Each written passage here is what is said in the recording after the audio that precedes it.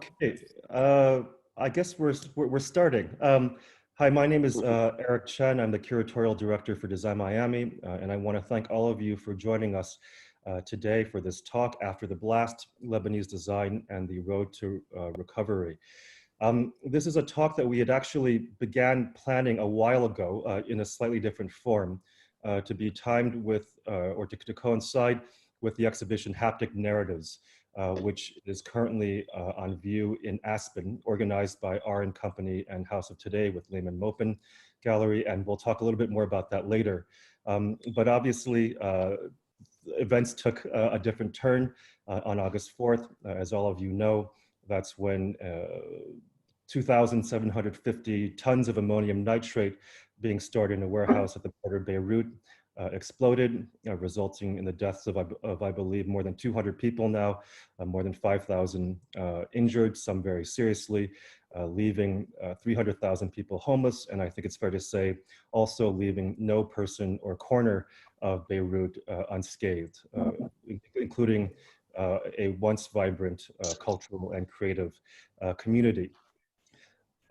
So after August 4th, of course, we put a pause to our plans for this talk, while also realizing that the talk seemed suddenly more urgent than ever. So here we are today to talk about Lebanese design in this horrific new context, but also, to talk about how much it was thriving beforehand and how we can get it to thrive once again.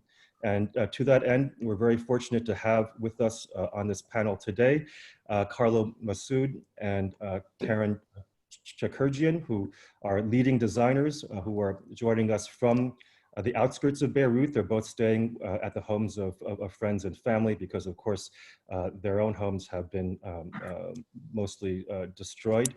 We're also joined by Shireen Maghrabi, who's the founder of House of Today, a nonprofit platform that has been cultivating, nurturing, and supporting design and designers in Lebanon.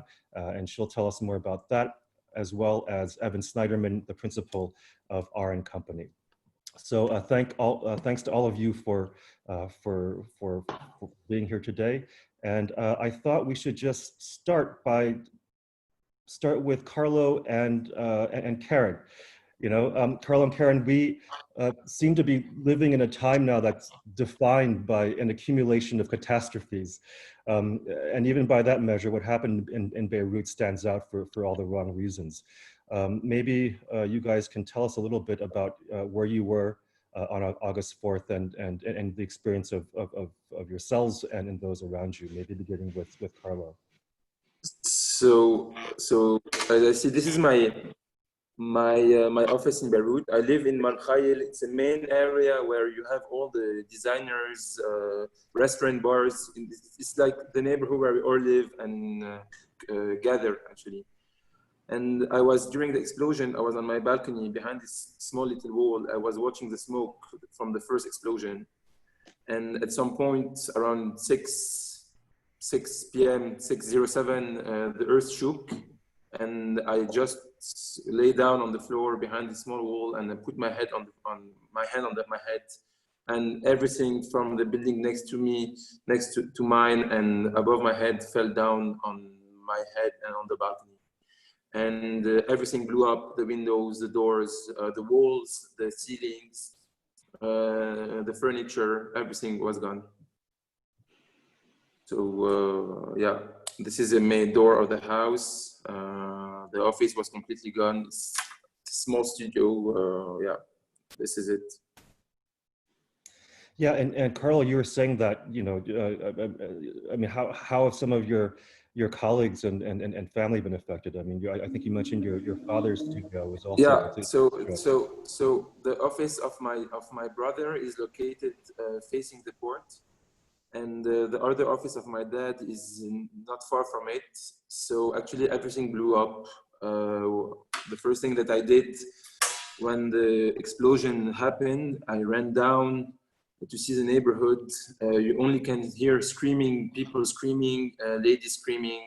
Everything was gray, dust all over the place, blood on the streets. So I went to see some friends who are living next to me. to see if they are alive.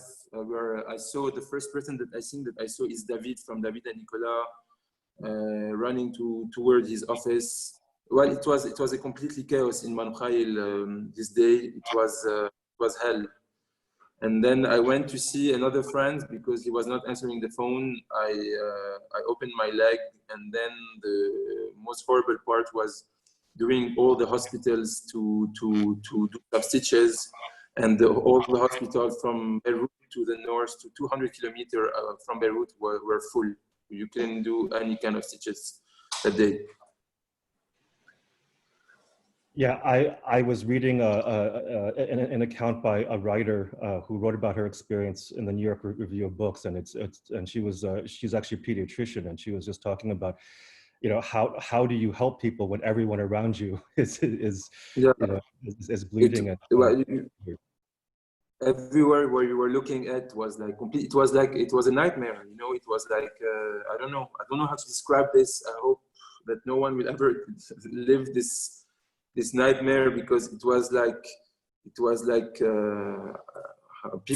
people were dying in front of you everywhere, and or injured or crying or screaming. It was a nightmare. It was I have no other word to describe this. It was an apocalypse, actually. And all the neighborhoods, I'm telling you, all the neighborhoods where we're all located is completely gone. Completely gone. All the architecture from the French mandate, the Ottoman mandate, the modern architecture is all gone. So now they're trying to rebuild with private donation, but now it's going to take years and years to get built again. Right. Karen, where you are staying in the suburbs now, you said, but tell us a little bit about about your experience. Yes, I will. Actually, this is my office that you can see here. I was very lucky, and with my team, actually, we were all very lucky, because if you were in the office, we were supposed to be sitting on under this wall that fell completely. And we were supposed to be there because we had a big meeting, because someone was leaving and someone new was coming. So on that morning, my generator did not work. And we have no power. We always have power cuts. So the electricity comes 2 hours per day, and we had no generator anymore working. And I was so upset because it was not working, and we had so much to do on that day. So at 1 p.m., I said to the team, you know what, let's all go home because it's too hot. There's no AC, there's no electricity. And we'll come back around 4 when it's done and fixed. And then at 4, they call me and they tell me, no, it's not fixed. So we can't go back. So we didn't come back. And each one went home, and that was my first savior, I will say, me and my team, because I think we would all have been collapsed under the wall that fell. And then I went home, and my kids went to their dad, actually, because we don't live together. We live in Jumaise, that is the other neighborhood next to Marim Khaya, where Carlo is. And Jumaise is also opposite the port, more on the right side. And there I sit home, and I was talking over the phone, and suddenly I could hear, I thought it was a plane, actually. I went to the window. I live at the first floor in front of a garden. So I couldn't see from my window what was happening. And I could just suddenly feel something very weird, because all the birds in the garden flew like opposite side in a very strange, like a Hitchcock movie, you know. So I felt something, and then the first bang went, the first explosion. I jumped on the floor on the right side. I mean, I would have jumped on the left side. I would have probably been totally I would have been I don't know how do you say. I would have been collapsed under the aluminium and the glasses, you know. But I jumped on the right side, and actually, I just, you know, felt something I have never felt in my life. You know, I've grown up during the civil war in Beirut, so I have lived the whole civil war, and I know exactly what's an explosion and what's the sound of you know, of it. But that was not the same. That was something that I felt in my guts, you know, something I have never felt. You know, I thought I was very strong, and I thought I was never scared of anything. And on that day, I think the first time in my life I was scared, and I started crying on my own on the floor. I was alone at home, and my kids were alone in the other home. I didn't know. I thought they were with their dad, and then, you know, it stopped. I stood up. I was no shoes. I was walking on the glass. I didn't look behind. What was behind me? Actually, behind me, the whole living room was torn apart. There was no more living room. It was totally broken. There was nothing left.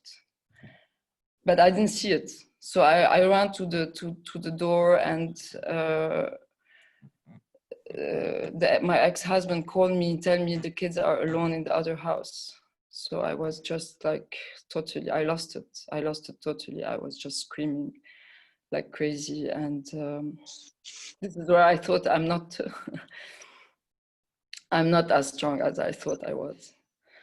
And you know, for me, just there's the lady that works with me that was full of blood, and I was trying to see what was the problem, and in the same time I wanted to go and see my kids, and she was wounded, and I didn't know. I had to choose what to do.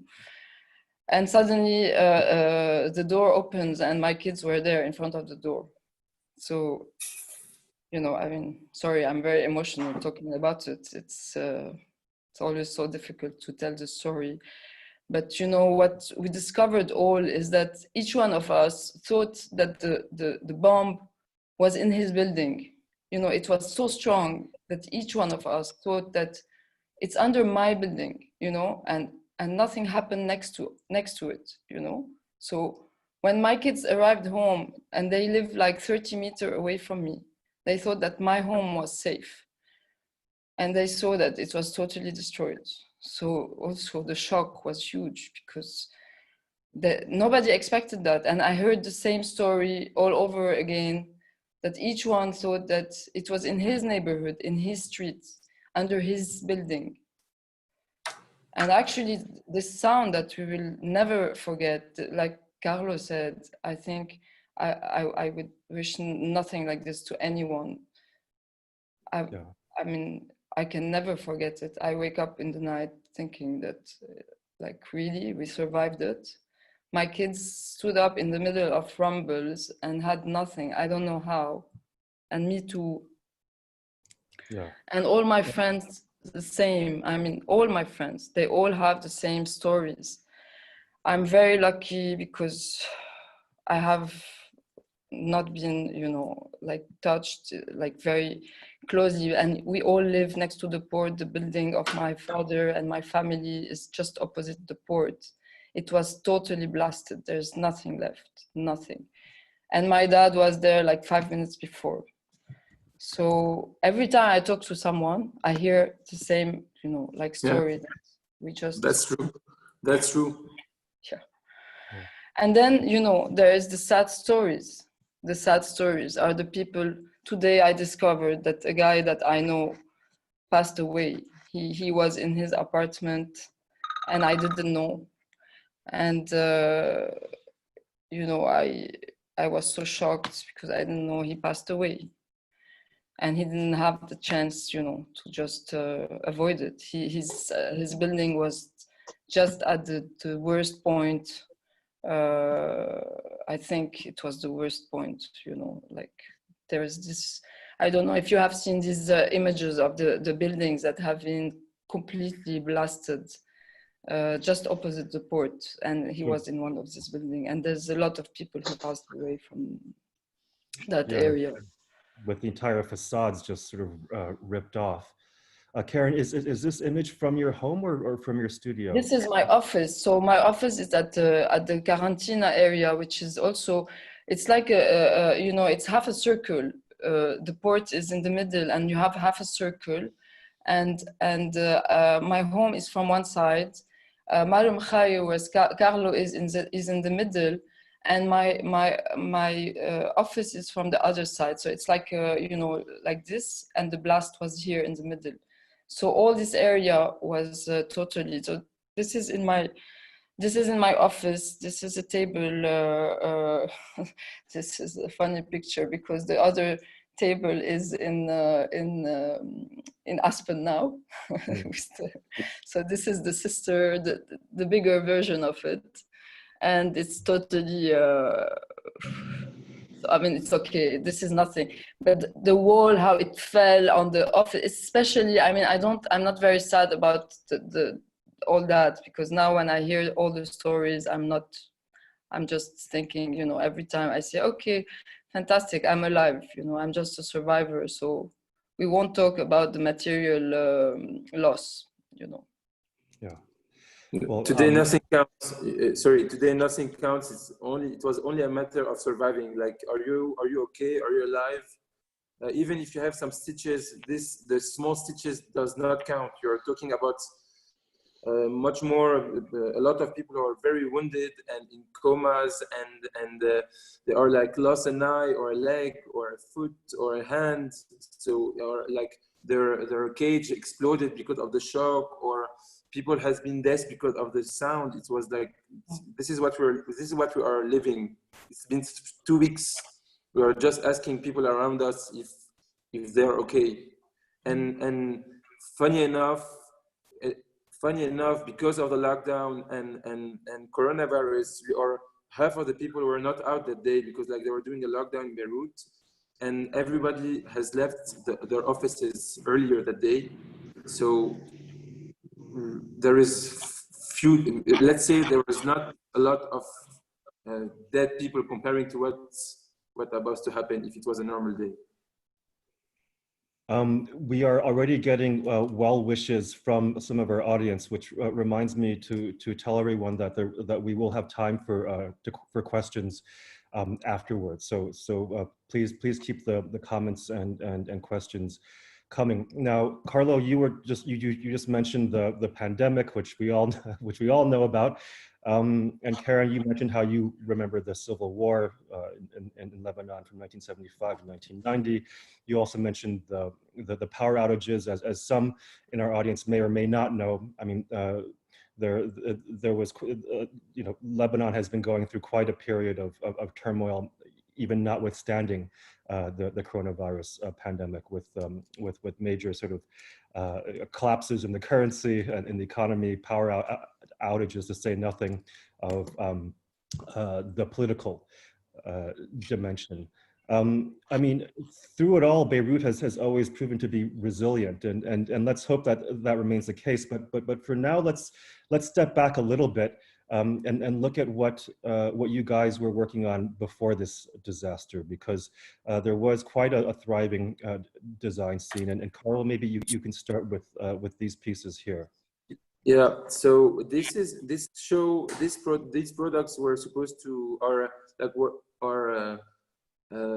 it was a collaboration between House of Today and us and Orange Company. We were supposed to have a show in March 2020 in Orange Company in New York.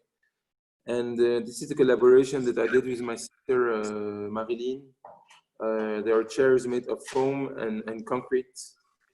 And we were supposed to have this show in New York with Evan and Zesty. But due to the lockdown, and we couldn't travel, and I think that half of New York is empty now. So everybody left New York, and the show didn't happen. And luckily we had the House of Today and Evan who organized this show in Aspen. And I think one of the chairs is at the show now. Right. Yeah. Great. And then we saw, Karen, your platform in the next slide. We saw the platform in your studio. You mentioned that there's one in Aspen, which we'll see in a bit, but tell us more about this piece and how it works, relates to, because I mean, you've been quite established in Beirut for about 20 years now, right? Is when I think you moved back from Milan. Maybe give us a little context for, Yes, for this. actually, I came back to Beirut in 2000, so 20 years exactly ago. And when I arrived here, there was no design scenery at all. It was something that was unknown by the Lebanese at that time. So I decided that I will establish my office and my studio in Beirut, and I really wanted to be part of the reconstruction. You know, it was the early years. Still, we were considered to be. I mean, I started the first reconstruction in '91 when I came back from Paris, but then I went and I changed my job, so I came back and did it one more time. And in 2000, it was for me like the idea was to, you know, really. I wanted design to become known in Lebanon, and I had the opportunity to stay in Milan at that time, but my challenge was how, you know, how can I do something in Beirut and make the Lebanese discover something new, you know, and do it here, try to do it here, and this is where I started my office. And invested, you know, all my energy and time to build it, to build not only, you know, my office, but the idea of having designers in Lebanon. And I would say that probably I'm probably part. I'm not the only one, but I'm probably part of the first generation after the war, because before the war there were something in the field, but it was more architects. At that point, you know, I experimented a lot. My idea was to push local craftsmen, and it was very new at that time because design was not about craftsmen. Design was about repetition. So I went all over Lebanon looking for people who had the know-how of how to make it by hand. So I was very, at that time, criticized by my mentor and by my teachers because they didn't want me to do that. The idea of doing it by hand was not very much appreciated in the Italian, you know, way of seeing design. Design had to be something mechanical, repetitive, you know, and machine made, available to most of the people. And I was going into another direction, not because I wanted to be elitist or anything, but because I didn't have another mean. There was no industry in Lebanon to do furniture, but there was fantastic craftsmen. And this is where I started my story, you know, working with them and pushing them to their limits and further than their limits too. I had to really push them in order to do such pieces because in the beginning they couldn't get it. You know, they would always tell me, no, it's not doable. It's too expensive, too difficult, technically impossible. What you're drawing is not reality. And you know, they were not used to that. And finally, you know, I was able in 20 years to do my job as I really dreamt of it. My vision was to do these pieces, and I went into limited edition because they were so difficult to do that I had to limit the pieces, the series. It was impossible to do sometimes.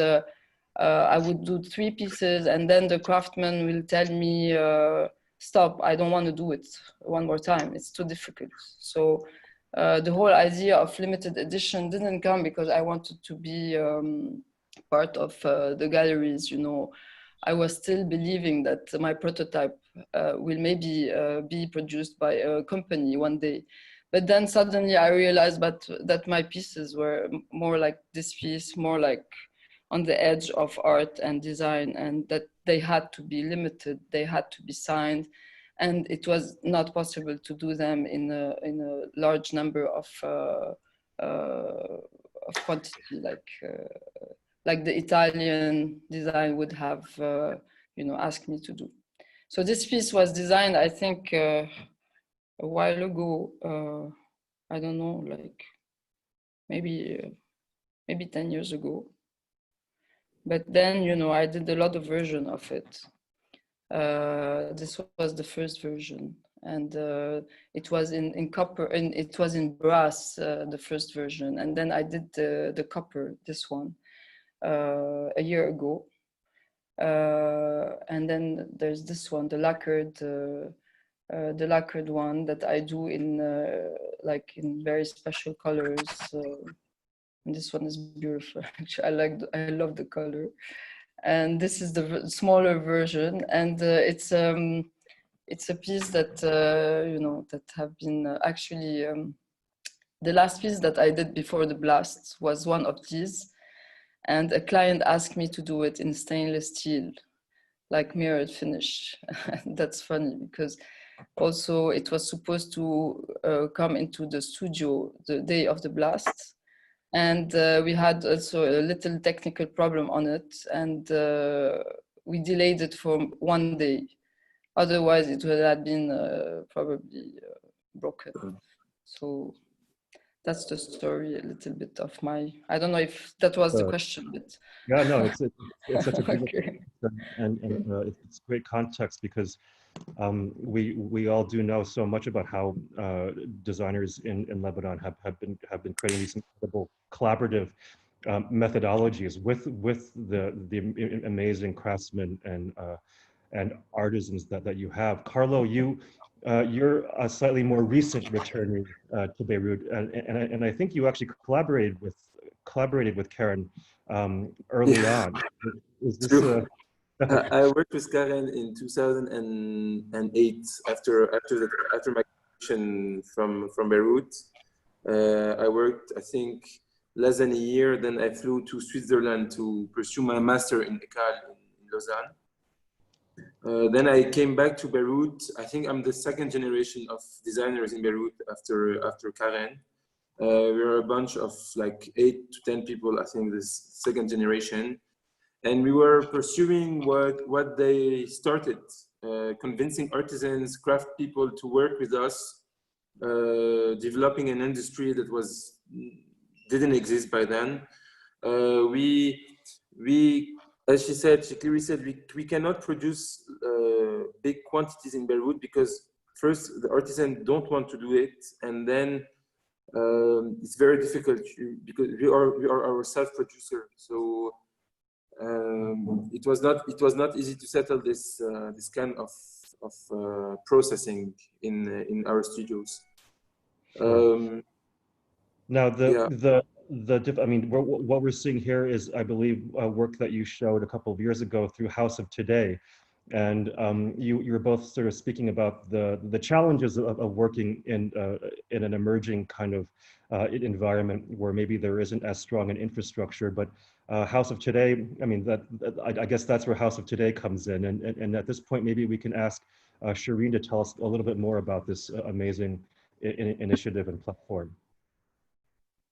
Thank you, Eric, for hosting us and for allowing Karen and Mark and Carlo to tell their story firsthand, and for everyone to understand the magnitude of this devastation, and just giving me the opportunity to share the work that I've been doing over the years. I founded House of Today in 2012. It's a non-profit organization with a mission to mentor, promote, support, showcase, and exhibit the work of Lebanese designers, whether locally or internationally. Our headline events are our biennales. So this is an image of our last biennale. Our most recent one was in 2018, where we exhibited the work of 21 designers with a program of talks, of tours, of out-of-exhibit events, basically allowing the international guests to, and in our local community really, to witness the talent of our Lebanese designers. Those exhibitions are selling exhibitions. Basically the proceeds go towards allowing us to exhibit and participate in fairs. So we've participated in Design Miami, as you're aware, and Design Days Dubai, among others. We also provide scholarships for design students. So far, we funded 14 scholarships to both Lebanese universities, but as well international universities. A big part of our work really is to connect designers to institutions and galleries across the globe. I think every designer's ultimate goal is to be represented by a respectable, credible gallery. So for example, we've connected Lebanese designers to Nilufar Gallery in Milano, to Carpenter's Workshop, and of course our company that have followed our work very closely and have visited Lebanon and the studios and the designers and have been tremendous support, and more so recently showed genuine compassion and support to our cause and to our mission. So basically, House of Today is a connective ecosystem. We built a connective ecosystem to support Lebanese designers' work well beyond Lebanon. Great. And do you want to tell us a little bit about some of these projects that are on the screen? This is our 2018 exhibition. And in this picture, we have a section of that's in collaboration with the Wallpaper store, whereby Lebanese designers produce smaller objects that then is sold on the platform of Wallpaper store. And it was curated by Raif and Jad. Great. This is the one that has 21 designers, and we had around 3,000 visitors. Cool. And I think in the next slide we have this was our first exhibition in 2012, and there were Karen Shikirjan's pieces were here. Carlo Masoud was also participating in this exhibition. This was really at the start of me discovering all those amazing Lebanese talents and feeling that they didn't get the exposure that they deserved. So we put up this exhibition, and we were really pleasantly surprised with the amount of interest we got. And slowly, House of Today built itself and established itself into becoming, got a world recognition and allowed the designers to get that recognition. great. Yes, this is another exhibition that we did, another Biennale. Same thing, same principle. We call out for designers to send out their applications. We come up with a theme. We work very closely with designers throughout the whole process of design, but as well as production. We challenge them to go beyond their comfort zone, and those exhibitions are the items are limited editions, and again the proceeds go towards sustaining House of Today's mission. Great. Now, Evan, how did you get involved and get interested in this incredible work? Well, so I guess, we have had over the years cross paths with several of these designers. I mean, I met Carlo in Cape Town, South Africa in 2014, I believe it was. And Karen, I think we met at Design Days Dubai a year or two earlier. I met Nana Debs there as well.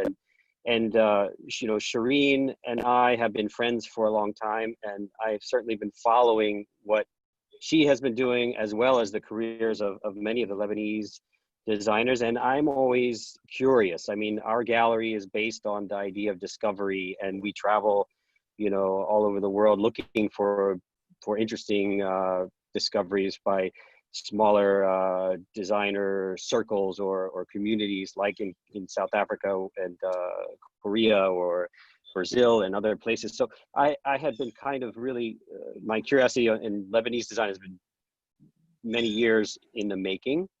And of course, I've been following very closely what House of Today and Shireen has been doing. And so in 2018, as she mentioned, she invited me to collaborate with House of Today, with several of the art and company designers who collaborated with some of the Lebanese designers. Carlo and Mary Lynn participated with us, collaborated with the Haas brothers for this exhibition on an amazing table. And then as well, Katie Stout collaborated with Stephanie and Charbel of Sayar and Garibay on a piece which we exhibited in this Biennale.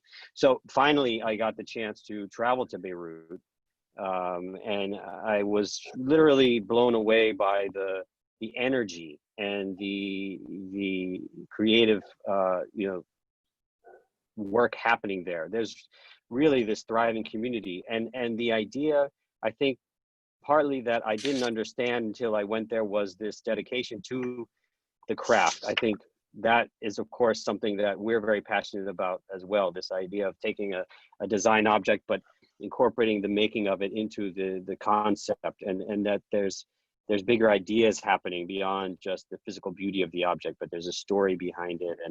And this is very much what I found when we traveled there, and being able to visit the studios of the artists is so important for us. So it was really an exciting opportunity to be able to travel there, and to be exposed to this history of making. I think, you know, there's the marquetry and the very simple crafts that you find there, in terms of which we were able to see on that visit, traveling to the tile making factory, where they still by hand make concrete tiles that are essentially each one an individual work of art. You know, these are the kinds of things that still exist there, this kind of thing. And I have to just, you know, I want to say that, you know, what House of Today has done for this community is so powerful, in terms of not just supporting the artists that are represented here, but also the bigger ecosystem, as Shireen mentioned, of the craftsmen that produce those objects, and the manufacturing. It's a whole little microcosm that has been created, and it's so important now to preserve this, obviously. And you know, Karen and Carlo, it's so great for us to have you guys here telling your stories, because this is something that people, you know, this is an experience we can't even really imagine. And I think everybody wants to find a way to help, you know, move this forward, because there's such vibrancy there, that now the cause seems, like you said, Eric, even more important than ever. Great. Thank you, Evan. Now, as has been mentioned already, Evan, you and Shireen were working on a show that was scheduled to open in March in New York at the Art and Company Gallery, and of course that was that didn't happen due to the pandemic. But I think some of the pieces will be shown in Aspen. But maybe you and Shireen can sort of tell us about some of those works, like these, which we see here. These pieces. So yeah. Go ahead. Oh, well, this is Sayar and Garibay. They are a young couple who I was fortunate to visit the studio in Beirut when I was there, and I know from what we've heard from them, their studio was totally destroyed, and Stephanie was, injured. Although I think that they're okay, and thankfully. But this is an interesting body of work that I think that when I visited them, they were developing. They have this kind of material, this foam that they've been creating these sculptures with, and incorporating it into ceramics. This is porcelain and foam combined to create small objects, but also the piece in the center there, that's actually a stool. That's larger than it appears, and the mirror on the wall. And these are just, these are guys, I think they're just sort of finding their, in a way, their voice. And this is maybe the beginning of something very, very interesting. But Shireen, maybe you can say more. Yes, so they were experimenting with foam, and the stool in the center was ironically inspired by a mushroom explosion. And then this occurred, and those pieces are now in Aspen. Stephanie and Sherbel are designers that we worked with very closely right from the beginning. After I contacted my family and everyone in the office and made sure everyone was okay, I contacted designers that I work with. And for 3-4 hours, we were not able to reach Stephanie and Sherbel. That was a very scary moment. Luckily, 4 hours later, we got in touch with them, and Stephanie was severely injured. She's recovering, luckily. But their body of work, as you notice, is happy. It's a happy movement, and it's very experimental. So we invite everyone to go see those pieces in Aspen.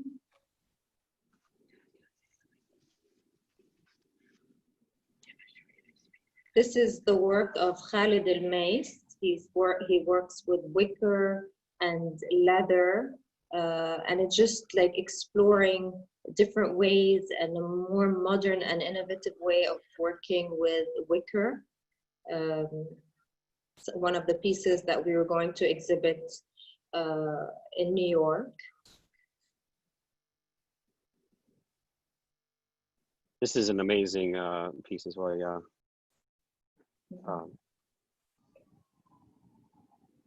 Hala Matta is a ceramist, and she has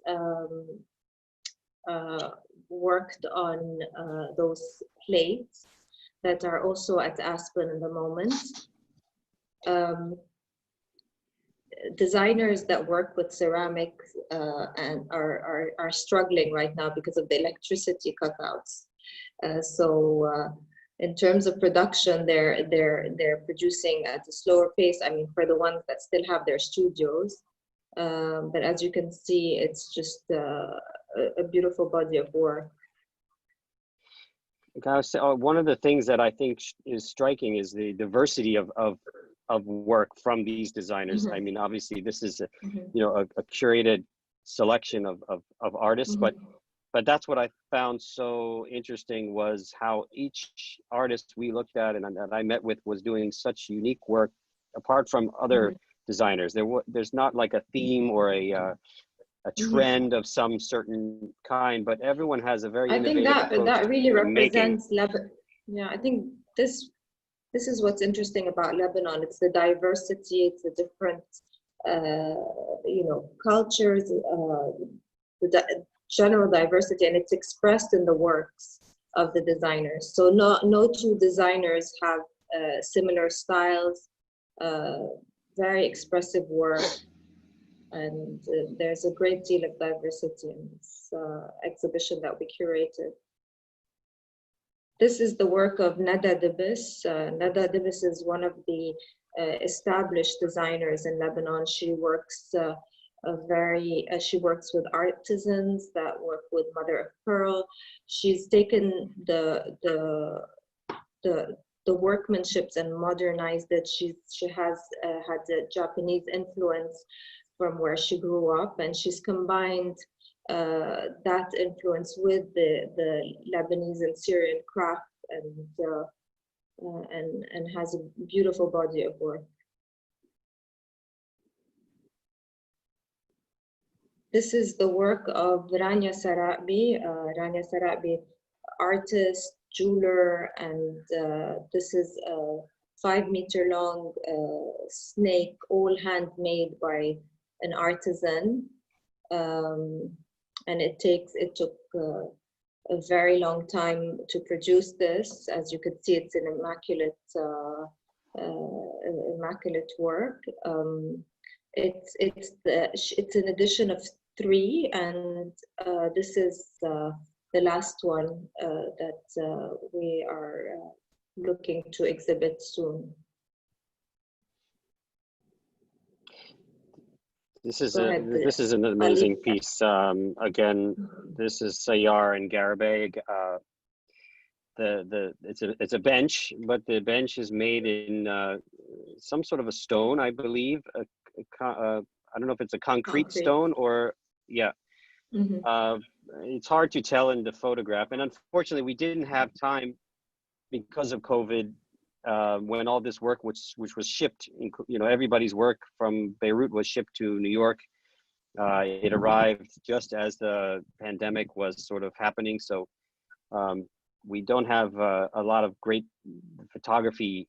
I mean, this is a beautiful shot, but you can't see the detail of all of the work that we have in this show. But the stone itself has a very fine kind of honed finish, surface. Almost chiseled kind of texture, and then the base is made in like a rush from a broom maker. This kind of material as a foot, hiding the structure underneath. But it's a really interesting.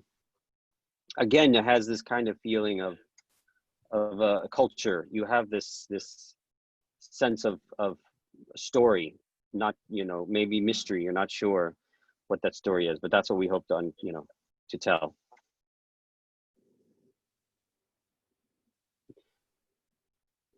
This is the work of Stephanie Moussalem.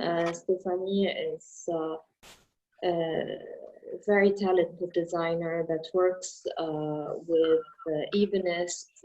She challenges the Ebonists to go beyond their capabilities and their comfort zone by bending the wood, and just the precision of all her work and design is quite interesting. In the following slide, you might see the cabinet that she's designed as well. It's a bar. Yeah, let's maybe go to the next slide, and you can tell us a little bit about the Aspen show, because these are where these images are from, and then correct. And then we can we'll open things up for questions. Yeah. I saw someone had asked about the where they can see more of this work, and there is a link on our website, r-n-company.com, about the exhibition Haptic Narrative, where you can see more of the work, and maybe as Carlo had mentioned early on, we had this planned exhibition for New York in the spring at the gallery, which Shireen and I had been working on for some time, and of course, due to the situation in New York, we felt it was important. This is such an important show that we should table it until we can revisit, and we didn't really fully know, and things have been so upside down when the show could happen, but we decided to postpone the spring show, and then in the summer we were contacted. Shireen contacted us about this idea of collaborating on a space together with Lehman Maupin, which is an contemporary art gallery that we have a huge respect for, and we know very well, about going together on a space in Aspen, and to exhibit some of the show the work there. So the timing, in a way, was sort of good for everyone to be able to have an opportunity, because this work was there was so much involved, and the idea of waiting didn't suit us. So we decided, to put this together with Lehman Maupin and send the work out to Aspen, which opened on August 8th. And I think it will be up until after we made it to the end of September or middle of September. You can see the show in Aspen. Mm-hmm. Great, and we should mention it also includes artworks provided by the Lehman Maupin Gallery. Is that correct? Correct. That's correct, and that's so important in respect to the work as well, because so much of this work is, I think, as a lot of the work that interests us as gallerists are the works that sort of maybe cross over between fine art and design, and obviously you can look at Carlos' chair is a pure sculpture, yet it has this illusion of function, and it can function. So it's this gray area between art and design that we love, and putting it together with the artwork from Lehman Maupin is just, it puts it in the right context for people. Right. We also know how starved people are at this point to see things in real time, and to be able to have an opportunity to show things where people can actually visit in a physical way, because touching and feeling things is something that we as humans, I think, we can't live without for too long. Absolutely, and I think we're all increasingly aware of that if we weren't before. We're sort of running out of time, but we definitely want to make room for some questions, and I think why don't we'll start from the most recent one and work our way back, because we're talking about now well, now is a good time perhaps to talk about how we can support Lebanese design and designers. And we have a question from someone named V asking if the buyers or collectors are mainly Lebanese or international. Who is helping the Lebanese art world today? Because Evan, you were speaking earlier about how these works are not supporting not only the designers, but entire ecosystems of craftsmen and artisans and others. Yeah. Well, as Shireen mentioned, all of the House of Today exhibitions are selling exhibitions, and their mission to supporting this ecosystem is through the sale of the work. So, I mean, obviously the easy and best way to help at this point is through patronage of these artists, and that's something that we can obviously help facilitate, which is we're doing. But if there's any other, the goal is to find ways to put these artists back in studios and rebuild the studios, which is going to be, Absolutely, there's a long road ahead, mm-hmm.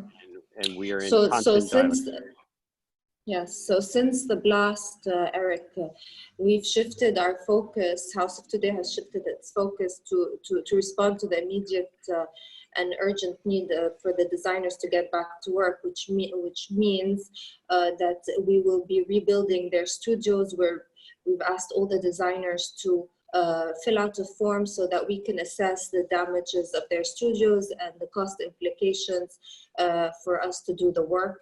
We're also looking at this emergency from a different angle and lending a helping hand to artisans that have lost their ateliers simply and because artisans and designers work hand in hand. One cannot function without the other. We need to be supportive across the board, where we want our designers, our students, to go enroll in universities abroad, so provide scholarships for them, but also enroll them in residency programs. So we're asking the first and most obvious one would be to look at the work that is in Aspen and the works that we have on our website and support it that way. Otherwise, there's, we ask individuals, we're at the moment fundraising, whether through crowdfunding or through individual donations. We're asking for institutions, galleries, residency programs to come forward and see how they can help us help the designers so they can get back to work as soon as possible. Carlo and Karen, as designers, how do you see things moving forward? What would be most helpful to you guys, in addition to what Shireen is talking about and all the amazing things that they're planning? Karen, vas-y. Well, I think personally, I mean, I'm just adjusting. I'm still thinking what to do, how to adjust. And I think that there's a before and after. So I have to find a new way of, of working. And personally, actually, my market was 80% Lebanon, 20% outside Lebanon. And I think I will have to swap it, and definitely I will need to look at the international market much more. And now, thanks to House of Today, I have my pieces and company, I have my pieces over there. I'm so happy that they're in New York and not in Beirut, I have to say. So, how to do that, I don't know, because I have been very local. I have been really very, very local, and so now I think that we need to expand internationally. That's Karen. There was a question for you earlier, but I think Carlo or Shireen or for me, just for me as designer in Beirut, I always worked actually in a different mindset. I don't have a workshop and I don't have a showroom, and I always wanted to be a nomad.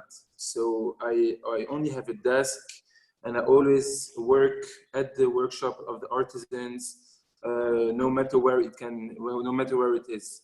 So I spend a lot of time in the workshops working with my hands with the artisans, and it's always mainly the pieces that I do are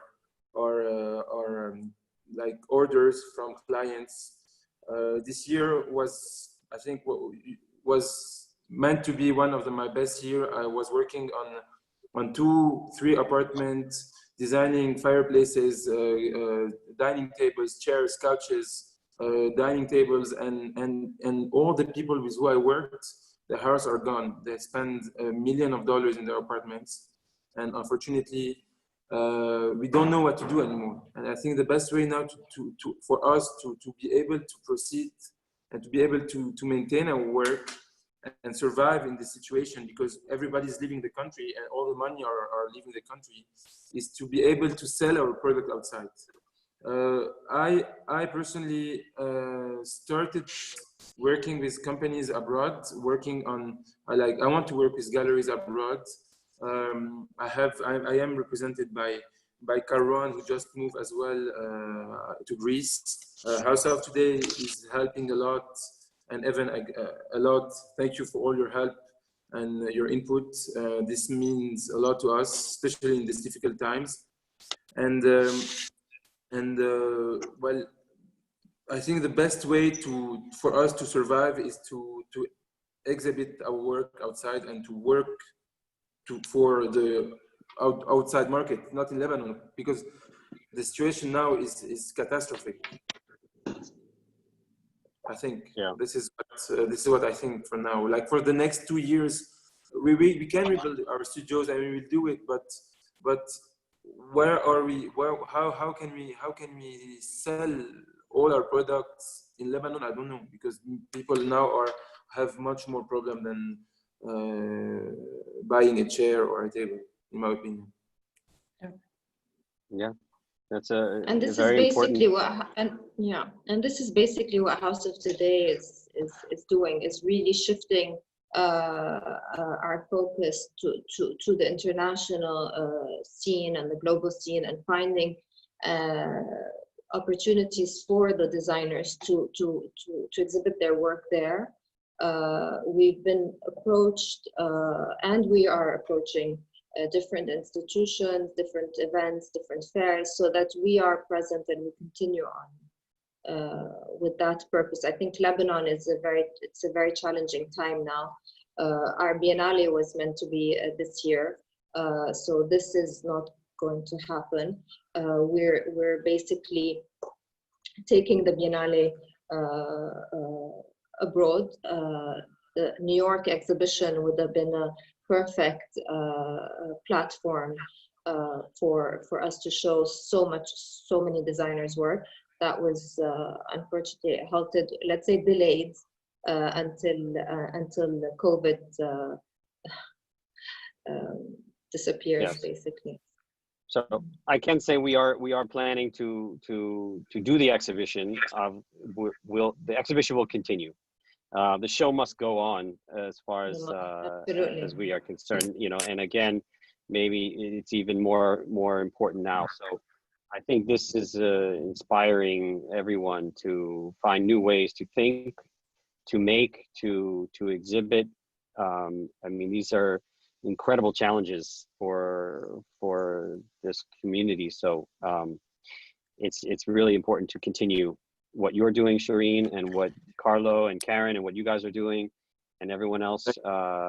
So this will happen. To answer your question, Eric, our collectors and our buyers are not necessarily Lebanese only. Because of our efforts to be visible and present abroad, has attracted international collectors from all over. Yes. Yeah. And I think clearly a lot of people are very interested.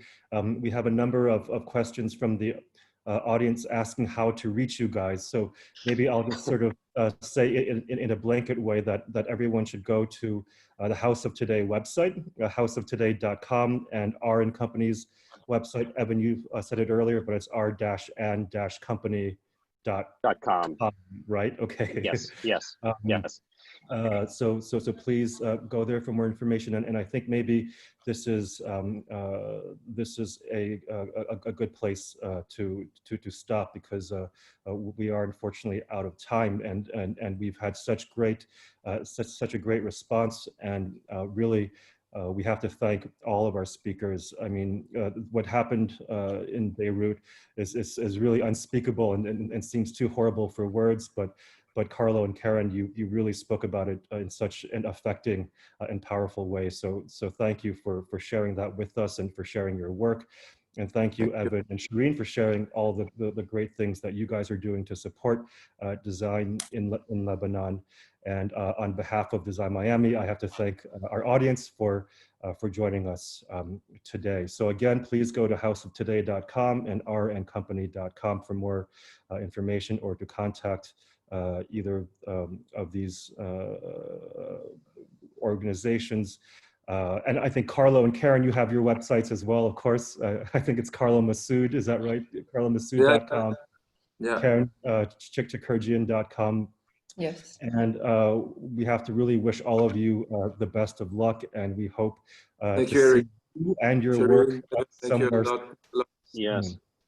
Thank you, Eric. And thank you so much, Eric, for being here. I hope. Yes. Thanks, everyone. Take care. All right. Take care. Thank Bye. you. Thank Bye. you.